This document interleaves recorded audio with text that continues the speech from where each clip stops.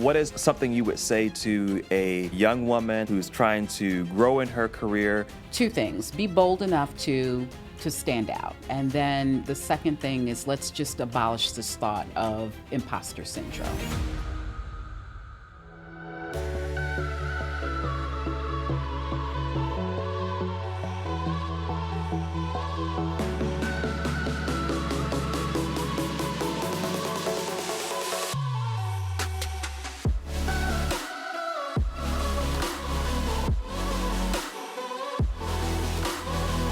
Welcome to another episode of Live the Grace Life. Listen, we are so excited because we have Dr. Wendy Wilson in the house. And listen, I don't normally dress up for a podcast, but because of the topic we're talking about today with executive presence, I had to show up in executive presence, okay? But listen, let's welcome Dr. Wendy Wilson. She's the author of 101 Career Planning and Executive Presence Strategies. So let's welcome to the show, Dr. Wendy Wilson. Thank you so much. I'm indeed honored, and it's a pleasure to always be in your company. Thank you for having me on your podcast today. My pleasure, my pleasure. So let's dive into this. So first off, how are you today? I'm well. Thank you for asking. Okay. All right. So let's dive into this. So what inspired? Now, I always say that she is the epitome of executive presence. Thank you.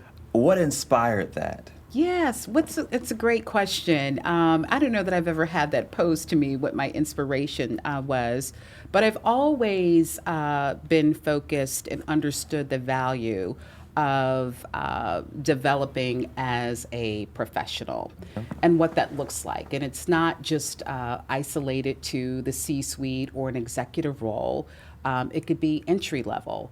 How we enter into spaces, people then make decisions about whether they want to continue to engage or interact with us, or if they want us to have a permanent presence. Mm-hmm. And that could be whether you're an entrepreneur like yourself and engaging with clients, or you work an 8 to 5 position. That organization is making decisions about you and whether you align with them and what their mission is. So going back to your original question, executive presence, and we can talk about this a little in greater detail, is really a behavior. Okay. And it's a set of decisions that will allow you to position yourself and yield success, whatever industry or profession that you're in. So that was always important to me. I've had that exampled throughout my entire life, whether my mom or my dad or the mentors that I had, just the amazing people who exampled and normalized that behavior. So that's why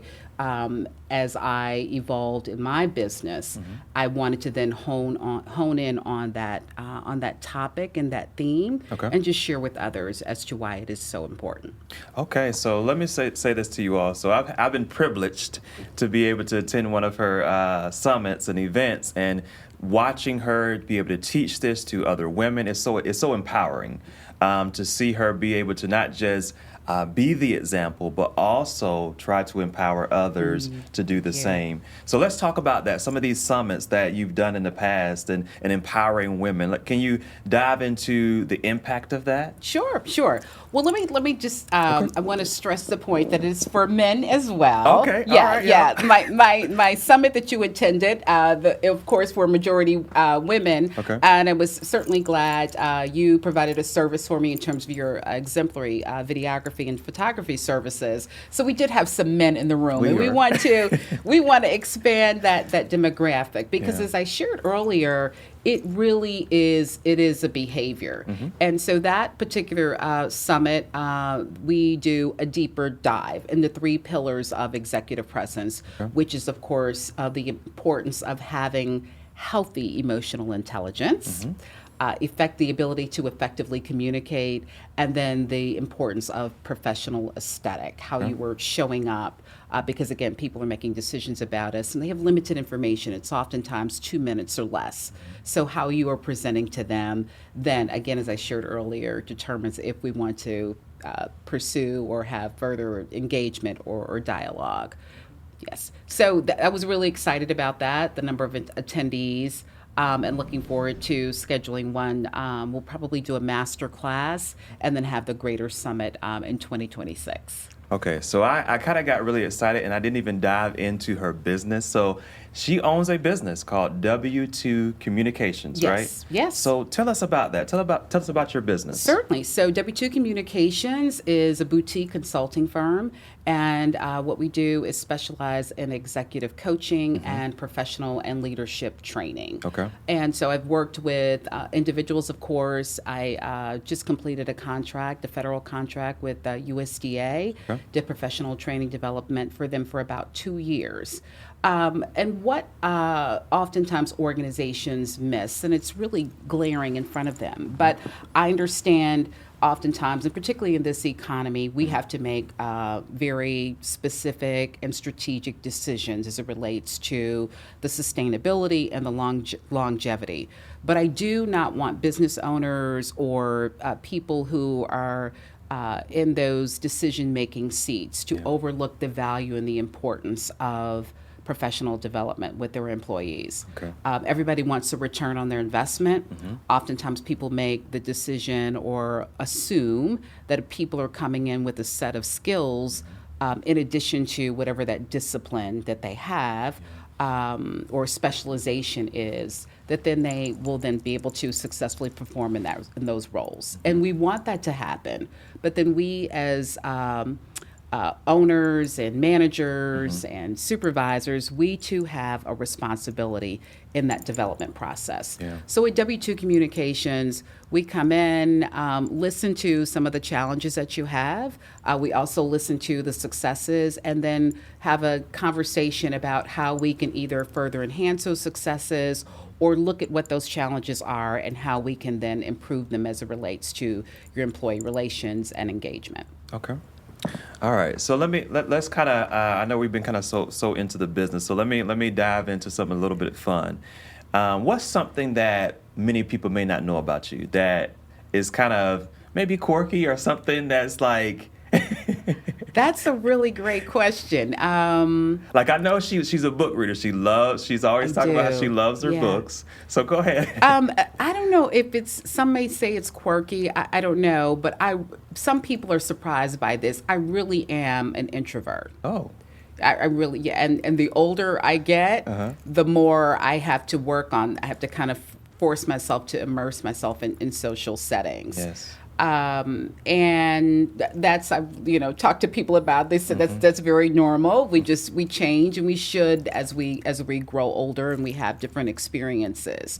But I can literally go into my home after work on a Friday and not emerge until Monday morning.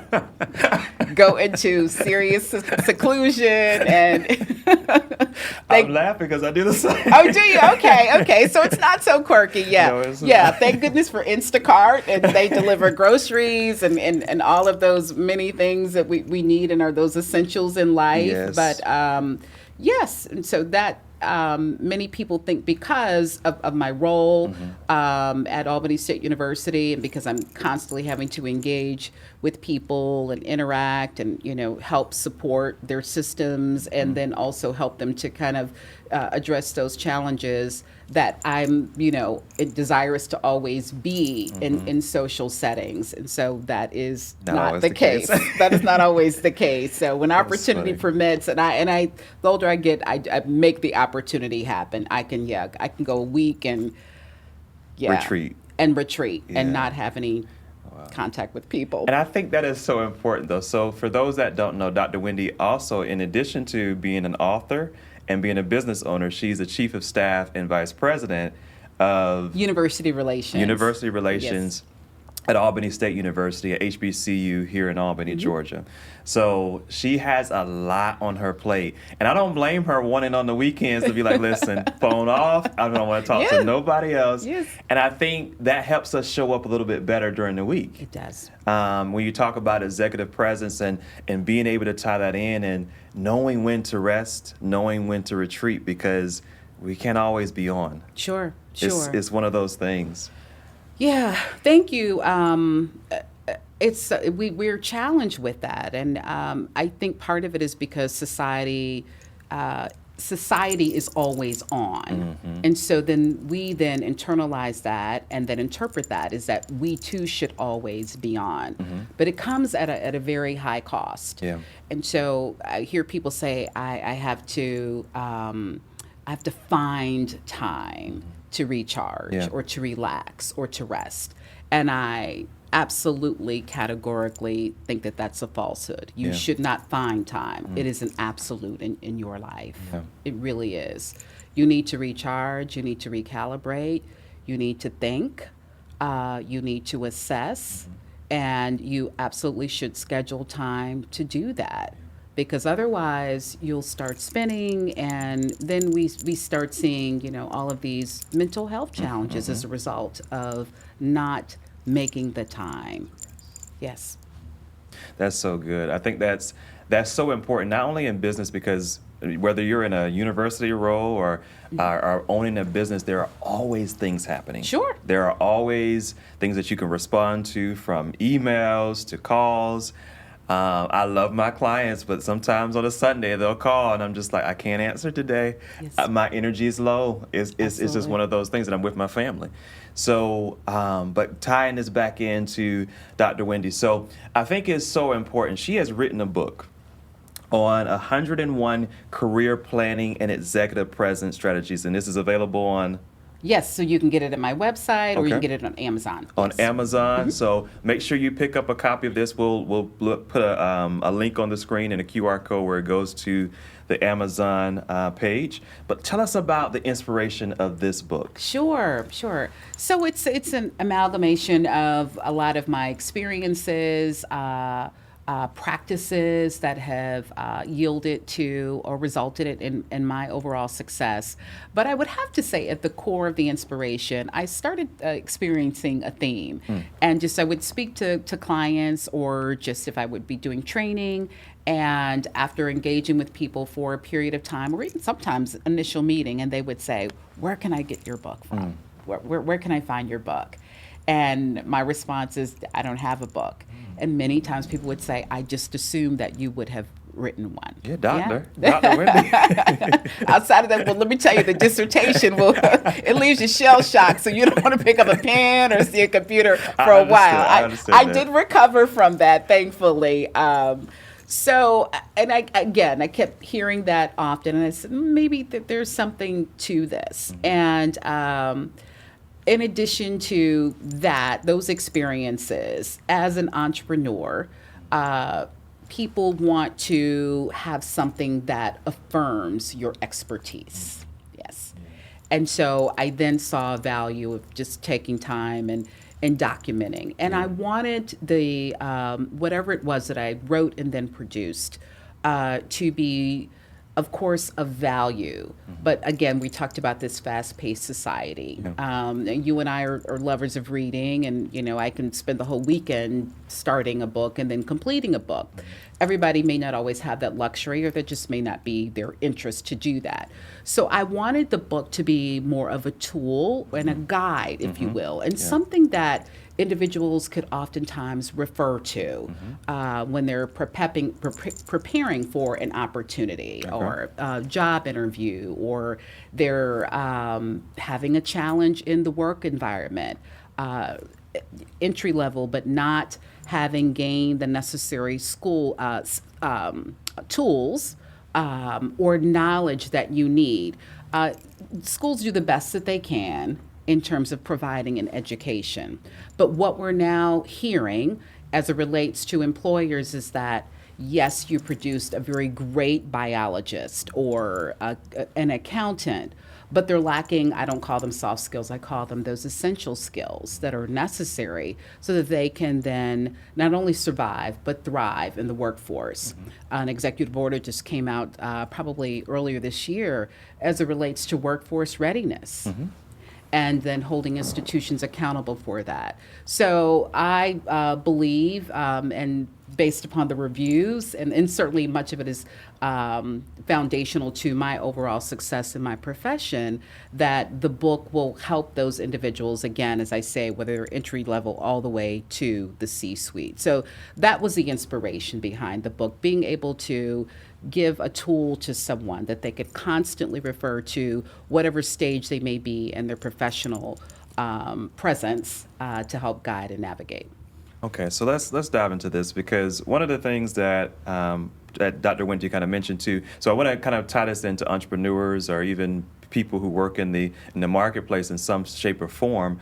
How writing a book almost places you as an expert in that particular field, and how important it is for you to, if you want to, I like to say, dominate in your industry, you have to have something, obviously, that is from you, that comes from your heart, but that can represent exactly what you're teaching about. And so Dr. Wendy has done this with this book. But I got to ask you, did you, I don't know much of your story beyond Albany State University, but what was your journey like? I'm sure there were challenges that brought you to say, hey, I'm going through some interesting things on the way. I want to help other people with this book. Sure. Is there any story or any moment that this may have inspired this book? Yeah. So I have countless ones, but you having asked that question right now, one immediately came to mind. It was a conversation. My mother is no longer here, but the wealth of knowledge and love that she poured into me still resonates. But I remember it was early in my career, and prior to higher education, I was in human resources. Okay. And I was really excited about this new role that I had, and that this person had taken a chance on me. It was, again, entry level and new, had the credentials, but didn't necessarily have the requisite experience as it relates to human resource management. Okay. And probably about maybe 6 months or maybe a year into the role, was having a conversation with my mom, and I was expressing my frustration. And she said, "What's going on? Tell me specifically the challenges that you're having." And I said, "Well, I'm disappointed. I was looking for my supervisor to be able to pour into me and to mentor me and to coach. And I'm learning that she has major deficits in that area in terms of just leadership, and I'm just profoundly disappointed." And my mother said something that just really, just at the time, it stopped me cold. And she said, basically, stop placing your expectations on people who may be unable to fulfill them. And what you're looking for in other people, develop in yourself. Yes. Be your own mentor, be your own coach. And she was not saying that it's not important to have those people around you, but stop placing titles and expectations on people when we don't have their full story. Yeah. And so what we often encounter in various workplaces and environments these spaces that we walk in as professionals, is that we place these expectations on individuals because they have a title. And we then expect that surely HR and the hiring team fully vetted you to bring all of the skills and the understanding, and to be able to deal with different scenarios. And that doesn't always happen.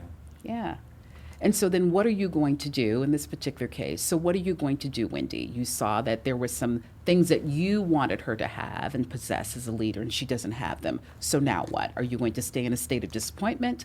Or whatever it is that you see that she should have, what are you going to develop internally so that the next person who may well approach you the way you've approached her, because there's another Wendy out there with that same expectation. And then how are you going to respond and deliver, and more importantly, show up for that person? Wow. Now that's powerful, y'all.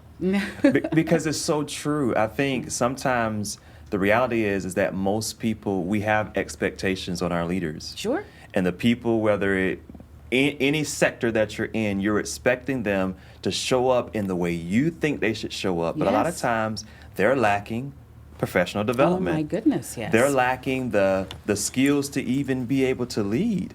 And just because someone has a title doesn't mean that they know how to lead. Indeed. And those are things that I have learned and I've struggled with too. Okay. And so that's why I resonate. And I know there are many people who are watching that resonate with that too, because the reality is that this is why professional development is so important.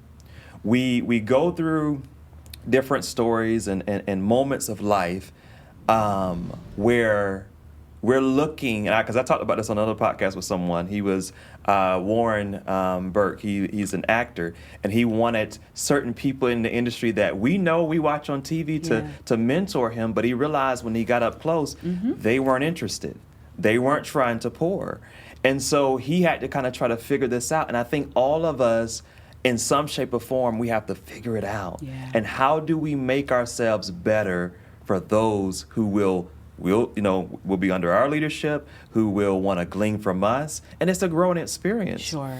And so Dr. Wendy has written this book, and she's put her heart into this. She's put her soul into this because there are situations that she can relate to that you may be going through now. How do I get to the next place in my career level? And you have an example here through her book. You may not be able to talk to her personally. Like one day you gonna be able to schedule a consultation and pay full price. Don't be coming to Dr. Wendy talk about it as a payment plan. I'm just playing. No, but seriously, we write these books because we want to help people. Yes. And so Dr. Wendy has done that. How has faith shaped your approach to leadership, writing, and career advancement? Sure. It's a part of my daily walk. Yeah. I've had a wonderful life and hope to have many, many more years to be able to receive all that life has to offer and certainly gift my talents and offerings to the world. Not to say, talk about professional aesthetic and effective communication, and of course at the core of all of that, emotional intelligence. And people make so many assumptions about you, just initial meeting or how you speak or your background, but those assessments don't always, or observations don't always align with the 3 o'clock in the morning conversations that you have with the Creator. Yeah. So my faith is, again, I said it, a daily walk. It happens moment by moment. I've had some losses, major losses in my life, and still standing. I've had some experiences that have made my knees buckle, still standing. So just very grateful for all of those things, certainly the good, the bad, and the ugly, and the horror moments as well, because we don't get through life without having those. But so appreciative as to the people and the opportunity and the experiences that God has placed in my life and continues to place in my life. And so my ask of the Creator now is, and the universe, is to show me how wonderful this can be, and to give me all of the tools that you've placed in me and that you continue to place into me, so that I can have a greater impact and show my appreciation to the blessing that this life is. Yeah. And it's so true. I think what Dr. Wendy said in the beginning is that a lot of times if we're in a particular role, or people have used to seeing us in a certain placement, they'll automatically assume certain things about us. Yes. Without necessarily even seeing us as a person. And so I try my best, because I don't ever want anybody to think I'm this, but not that I care too much about, but I don't want anybody to think I'm too up here, that I can't talk to you, Sure. that type of thing, or that I'm not approachable, or that I don't have a story that may resonate with you. And that's the thing that I just think is so important in these podcasts as people are listening, because those moments of transparency are what heal people. Absolutely. Those moments are what allow people to see themselves in your story. And those are the things that help people, like, okay, so Dr. Wendy, she dealt with that too. Yes. I can relate to that, especially, and I've heard you weren't necessarily, in the conversation, but other people have spoken so well of you, where you have mentored them, you've been on call for them, and they relied on you for your wisdom, because they were trying to navigate the challenges of leadership, Sure. trying to be, obviously, these were women, so women in leadership, just trying to navigate on how can I need Dr. Wendy. I need Dr. Wendy. And so you've done that.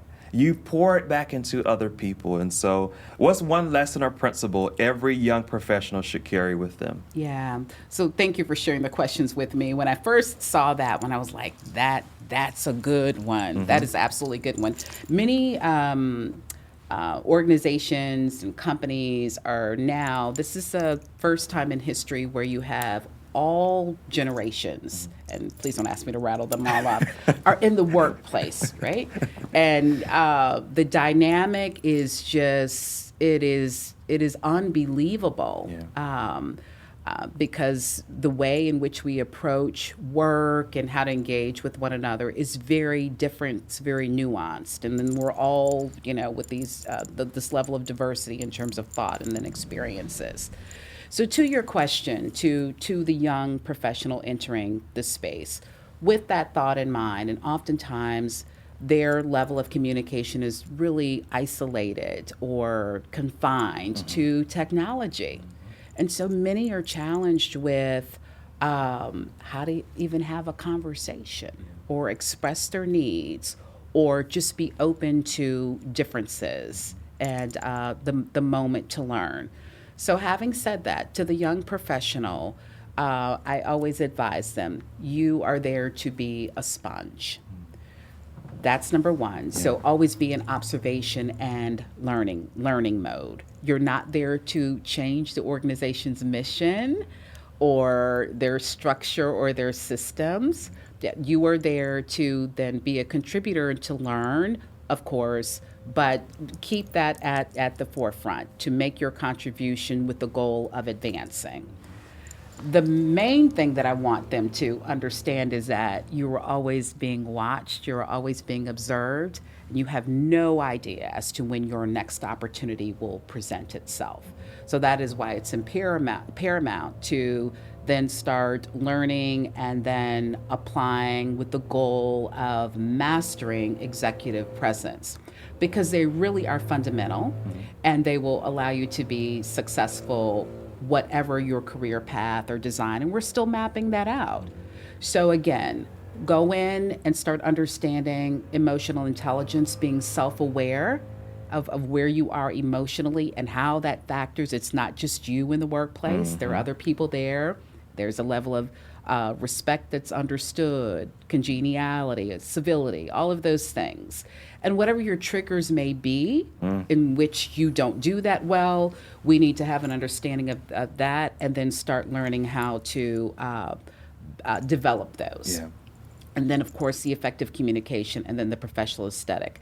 If you start having an understanding as to where you are and then how you want to develop in those areas early on, you are now starting the road or traversing the road to professional success. So we may not know what we want to do next week because Gen Zs will come in 30 days later, I'm out. Yeah. This is not for me. But again, how many times are you going to say that? Because our reputation precedes us. And we want to have a good reputation, and it starts now. So start with those 3 pillars is my advice to the young professional, understanding how that applies to you, where you need to develop, and then begin the work. And knowing that we're always a work in progress. Imagine turning your business into a brand people can't stop talking about. Marketing that matters. The Entrepreneur's Guide to Growth and Success by Corey Holman. It's your blueprint for building unstoppable momentum. This book is packed with innovative ideas, action steps, and game-changing insights that you can use right now. Are you ready to disrupt your industry? Don't wait. Grab your copy now on Amazon and start dominating your market today. So that's so important. So Dr. Wendy said something, and I just want to reiterate, is that when you're going into a new place, and let's just be honest, we struggle with that, is just going in to be a sponge. Mm-hmm. And I know we have innovative ways, innovative ideas, and if your leader welcomes it, by all means, you're able to do it. But when you're going in and you're starting off, it's just so important to be a sponge. And I had to learn that. And I'm still learning that. I think the thing is, now I'm at a point where I appreciate the wisdom of those who went before me, and I'm just like, okay, I want to listen. Because I told Dr. Simmons this, I said, if I can learn, because I'm the youngest of my siblings, Okay. I can watch people. All I got to do is watch you. If you make a mistake, I'm not going to do it. I'm going to learn from your mistake. I love that. Because I don't want to repeat. That's the idea of someone's story is not simply just watching, to critique. No, I'm observing, so I'm learning. Sure.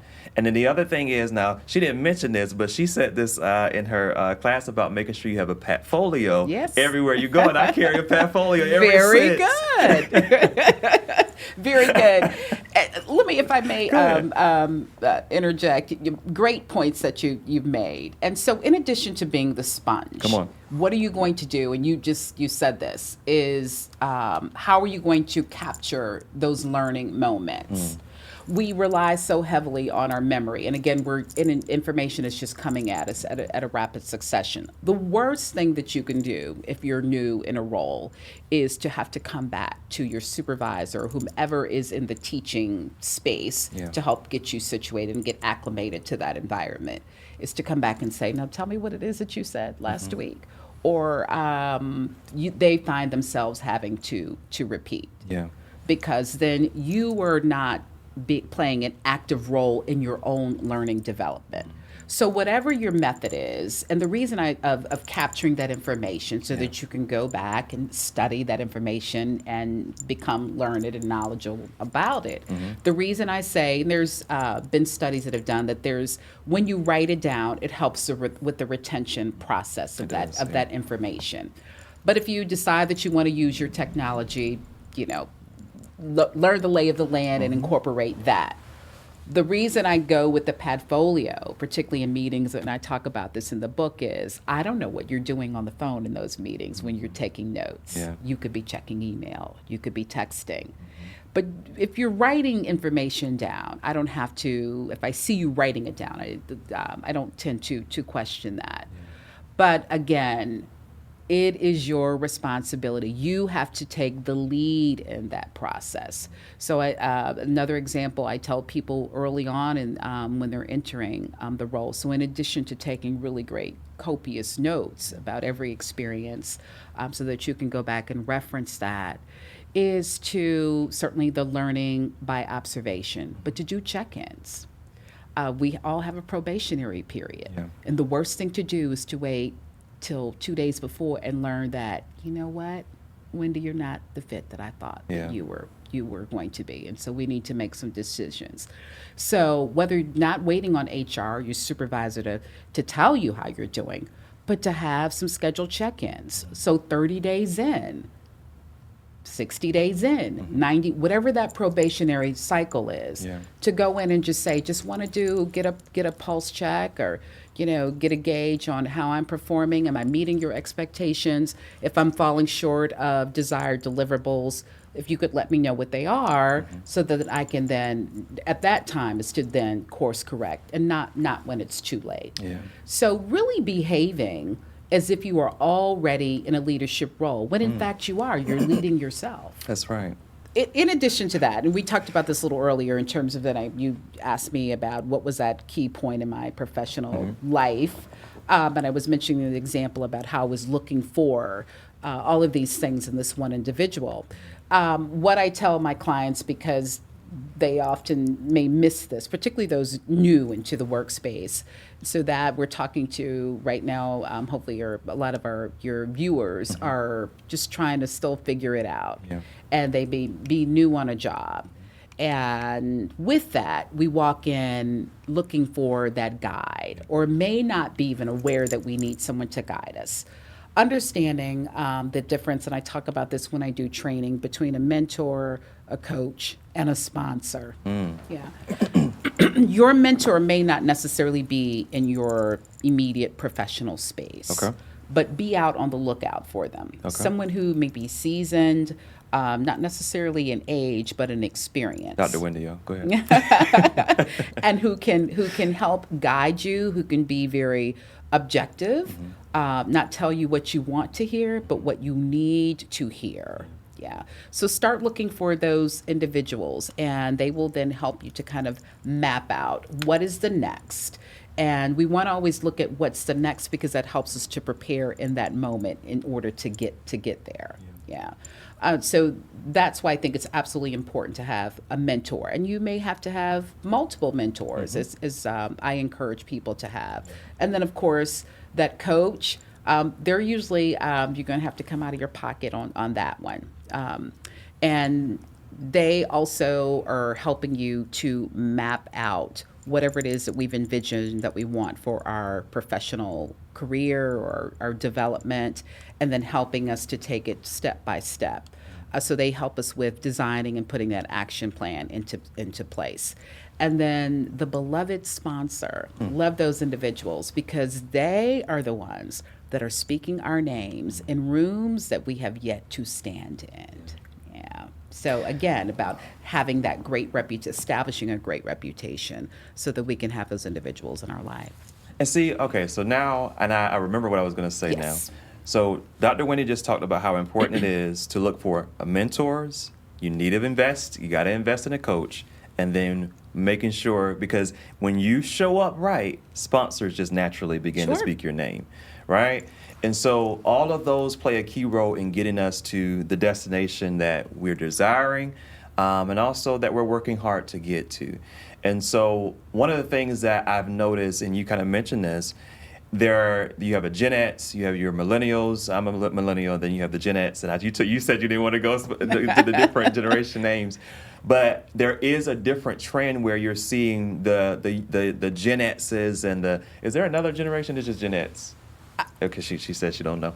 All right, but there's a shift that we're seeing where they're not as invested and stayed in a place. Yes. That they're so quick to get to the next destination without staying in it long enough to kind of see, what can I learn from this? Sure. Because a lot of times we come in, well, I can't say it because I'm not a Gen X, but I can say as still a young person, we'll come in and we're thinking, okay, I know exactly what I need to get done or how I need to get it done, not necessarily realizing that, and there's a frustration sometimes between the person coming in and the tension of that leader, because you're not realizing the leader has certain things, invisible things to you, that you're not even aware that is kind of like the foundation of why they do what they do. Sure. And then you're coming in and you're thinking, okay, no, this is how it should be done. I saw this on LinkedIn. They're doing it over here at Apple. It should be happening right here in my place too. So just thinking about the different generations and how we show up and how it's important to go in, making sure that you are gleaning and you are learning the systems of how things work before you're trying to disrupt it, right? And there are times where you have to sit back, and I'm saying this from experience because I've been in different, from you can talk about it in ministry, you could talk about it in the business sector, you can also talk about when I worked as an employee, when I was a team member in a business, is learning how to navigate coming in, wanting to bring some new ideas. Because because Gen X, they're creatives. A lot of them are very creative. And so where you're used to being able to do a thing a certain way, they're like, okay, I can do this in 5 minutes and do. Not realizing that you can miss some steps. Sure. That, like Dr. Wendy said, sometimes things can be, okay, so if we're showing up in a meeting and I'm on my phone and I'm like, okay, I got all my different notes, but your leader is communicating to you and they're expecting their undivided attention, because what I'm sharing with you is very important. And so you're on your phone, and that communicates to me, even though you may be writing notes, that you're not interested, that you're not engaged. And so having that difference of generations is so important, that you are flexible. You're flexible. I know I'm over here preaching now, but you're flexible, and in the simple fact that I don't do things just because I want to do it, but now I'm being flexible to the way my leader wants it to. So I'm gonna give you something. So this is me, just a little pet peeve of mine. Go. So, and this is silly, is not that important. So like when you're in a text thread, right? One of my biggest pet peeves is when people just like it. Like when I send a message and they just hit like. I don't know why it does it, because I was taught in my communication to always respond okay. Sure. Right? Now, there's nothing wrong with it, obviously, but those are little simple things that I didn't realize, because when I was working and I worked at Chick-fil-A, we had to communicate, like everything we do speaks, right? Yes. And so I wanted to make sure in that response, they knew I was fully engaged. Or within that time frame of when my boss sent it, I hit a reply real quick, just to let them know I'm engaged, because I'm on your clock, Sure. right? And so those are things that I learned, but that doesn't always translate to the next generation. Absolutely. And so have you dealt with some of those things? And You bring up a good point. I have. And let me tell you why you should absolutely own having a problem with the liking, the thumbs up. The goal is to be an effective communicator. And with just doing a like or an emoji response in your communication, it is very ambiguous. Yeah. I don't know quite what that means Yeah. as a recipient, as the reader of that information. It could also be viewed as very insulting, and here's why.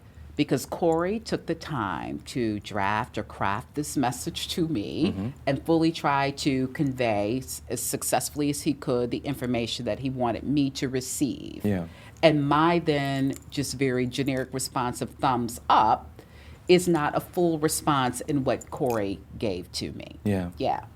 So, and then it's left up to, that's why I'm going back to the word ambiguous, it's then left up to interpretation. Yeah. Well, what part of it did you like? Yeah. Did you like all of it? Did you like the first sentence? Did you understand it? There you go. I don't know if you understand it. Are you trying to appease me? Are you done with the... So all of those things, and they then take over what the intended message was. Yeah. So it's the lost in translation just with one simple response. Yeah.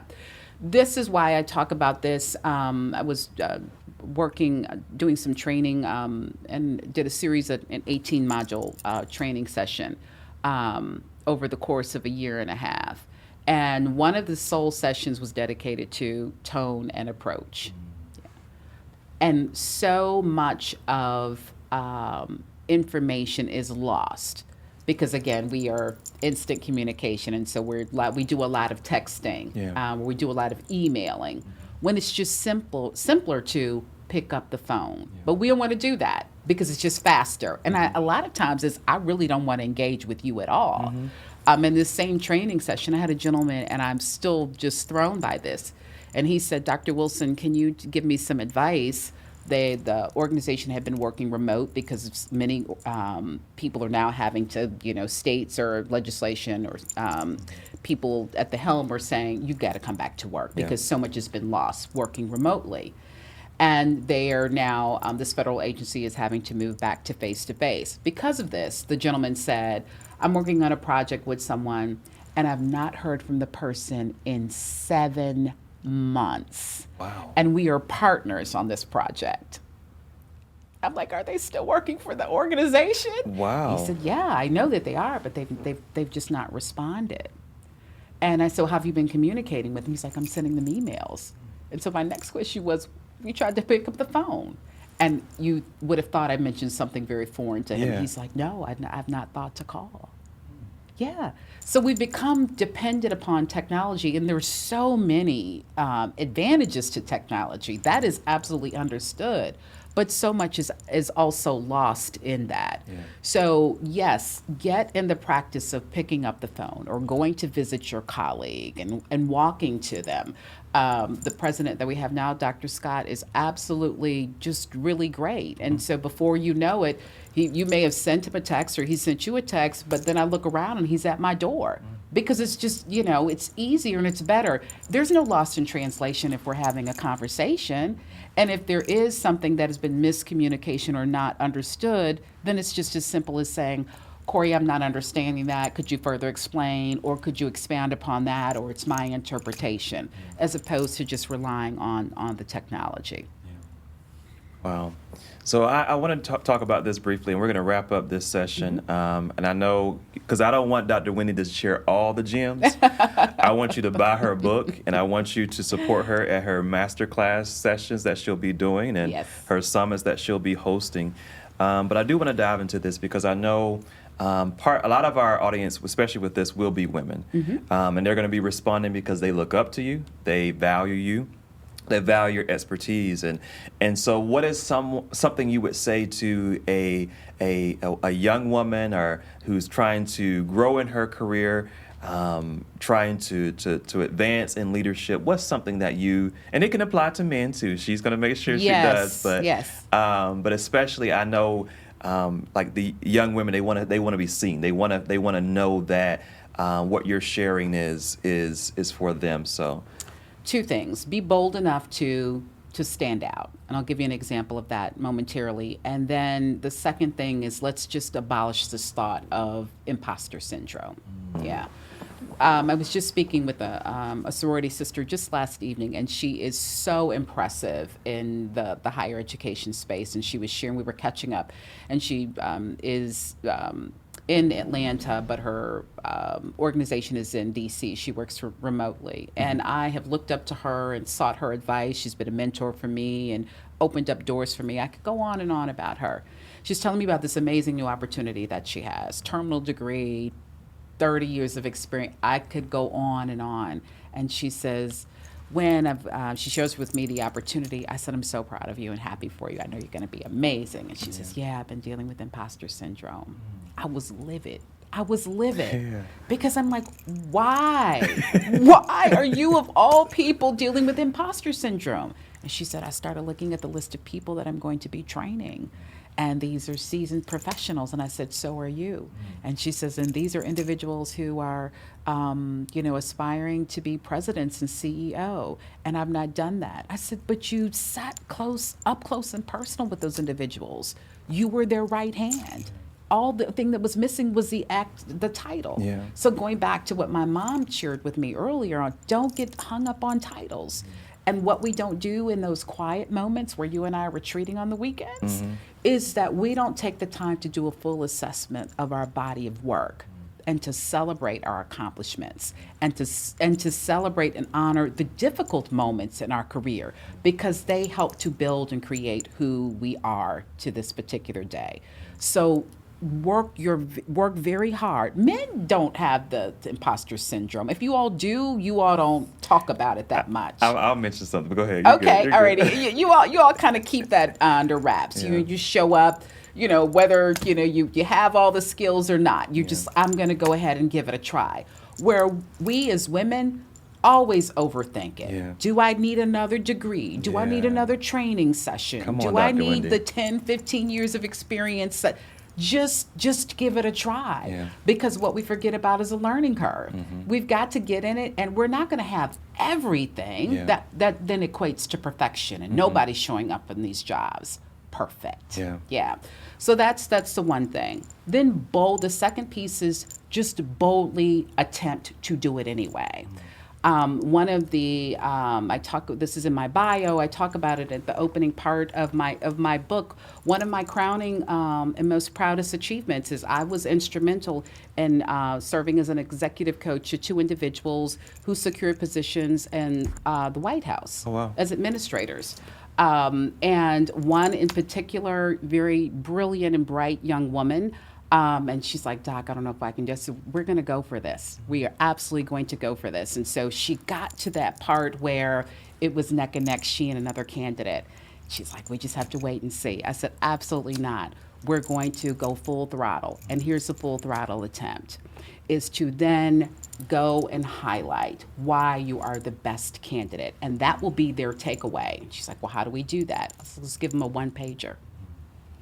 And it's going to be just a capsule or synopsis, if you will, as to why you are the ideal candidate. And so let's just highlight your key achievements. Let's give them a 30, 60, 90-day synopsis of what it is you plan to do in the role and how you plan to advance and support the systems and the operations at the White House. And we did that, and they came back to her and said, not only do you have the job, but what I was so proud of, they said, and this is the tipping point for you. When you sent this was the game changer for us, because it showed that you had some foresight, that you were thinking as if you were already serving in the role. And that's what we need. Yeah, as thinkers. So that would be my advice to individuals. Just boldly take the chance, make sure that you prepare and believe that you can do it, and take advantage of that learning curve or that learning opportunity, and abolish the imposter syndrome. Now, you were going to tell me that you have had fleeting thoughts of... Oh, absolutely, Dr. Wendy, absolutely. No, I definitely have. And I think one of the things is, I think men deal with it too. Okay. It may be slightly, obviously slightly different, because I don't know from the woman's perspective. I've only been married 7 years, so I have definitely watched my wife overthink things. Yeah. She's working on her dissertation too. Wonderful. And, trying to get into that space as well down the road. But so I do watch her overthink things. And so I think naturally men show up in a way where we want to appear strong because we want to lead strong, because we know people are relying on us in our strength in leadership, especially, and one day we're going to empower some more men around here, and we just got to stand up as the leaders that we're supposed to be. But I think the thing is deep down inside, there still are those insecurities, are those moments of, am I good enough for this, right? There are even moments, even standing in this space here, that I had to literally think, am I qualified for this? Am I qualified to even go into the spaces that Innovate Hub is designed? And I still every now and then have those moments. But I think the thing is that what I remind myself is, I didn't come up with this idea. There's a passion that I have for this, because I know, as a man, but also as a leader and an entrepreneur, people need this. Sure. And just like Dr. Wendy has written this book to help other people, I stand in the gap to help other people with entrepreneurship, because everyone didn't have Corey's story, right? Everyone didn't have, because in my previous job, I already had relationships with people. People already knew who I was, mostly. They knew of my name, they knew of my character. But so I didn't start off just in the business where it's just that translated, the executive presence of my previous job translated into my business, where immediately people wanted to do business. Now, there were some people that they watch from a distance, right, until to see what's Grace Life, what it's going to become. But eventually, when you're consistent, this is a message for entrepreneurs, when you're consistent, and you keep building beyond the insecurity, beyond the imposter syndrome that we all deal with to some degree. Everyone does it. And I think as we wrap this up, I feel like I'm preaching because we done wrap this up so many times. But reality is that we all deal with it, okay? So I want to encourage you to go ahead and pick up this book, 101 Career Planning and Executive Presence Strategies. You can get it on Amazon, or you can get it at Dr. Wendy's book, W2 Communications. Is there anything else that you would like to share as we wrap this up? Yes. Don't we have another hour? That's an ask that I have. Oh. No, I'm teasing you, but I'm not. Oh, no. okay. That means invite me back, Corey. Okay. No, thank you I want to share that. Thank you so much for this opportunity. Honored to be in this platform. And thank you for highlighting the importance of executive presence. And it's really at the core just the importance of self-development. As one entrepreneur to another, let me commend you for the bold and the brave steps that you have taken. Yeah. When we make those bold steps, the cheer squad gets sometimes silent. Absolutely. They get silent. And you're right. I love that you said that you have the people that are just observing from afar. And we can get consumed what is it that they're wishing us? Are they wishing us well? Are they wishing us doom, defeat? But don't become consumed. You can't if your desire is to be an entrepreneur that is making a difference. So I want to take this moment to publicly say thank you for your example and for your modeling what it is to not only gift to your community, but to make decisions and to take steps that will have a legacy impact. Yeah. And we do these things, and it comes at a sacrifice. You know, there's this topic that comes that women oftentimes engage with in terms of can you have it all? And the answer to that is you absolutely can, but you just can't have it all at once. And that is okay. that is absolutely okay. You hopefully have understanding families who are supportive of your dream. I know you have that in terms of your lovely wife and your child. They understand that. So thank you for mirroring to others. Again, I know it's not easy. Oh, absolutely It's not. not easy. You make it look effortless, though. I just have to say that. So thank you for that. But understanding that it's very nuanced, and I love the word that you said, but it all happens because of a passion that you have. And that's what fuels us on a daily basis. Okay. Yes. Well, you all, we are so honored, and thank you again for those Pleasure. words. They actually mean more than you realize. Aw. So I really am grateful for that. Thank You you. all, thank you so much for tuning in. We are so honored that Dr. Wendy joined our broadcast today. Listen, don't just watch this broadcast and don't purchase her book. Listen, it's on the screen. It's 101 Career Planning and Executive Presence Strategies. And you can visit her website at W2Communications. W2comms.com. .com. And learn about, in addition to the book, but just to also learn about the coaching and the training opportunities that are available. Absolutely. We'll put that on the screen and make sure you invest in those career and executive presidents coaching and strategies that she has. And I promise you all, I've seen the fruit. I've seen the fruit of Dr. Wendy in other leaders, and that is the fruit of a good leader, is when you can see it in other leaders being birthed. So thank you again. We'll see you on the next episode. Have a good day.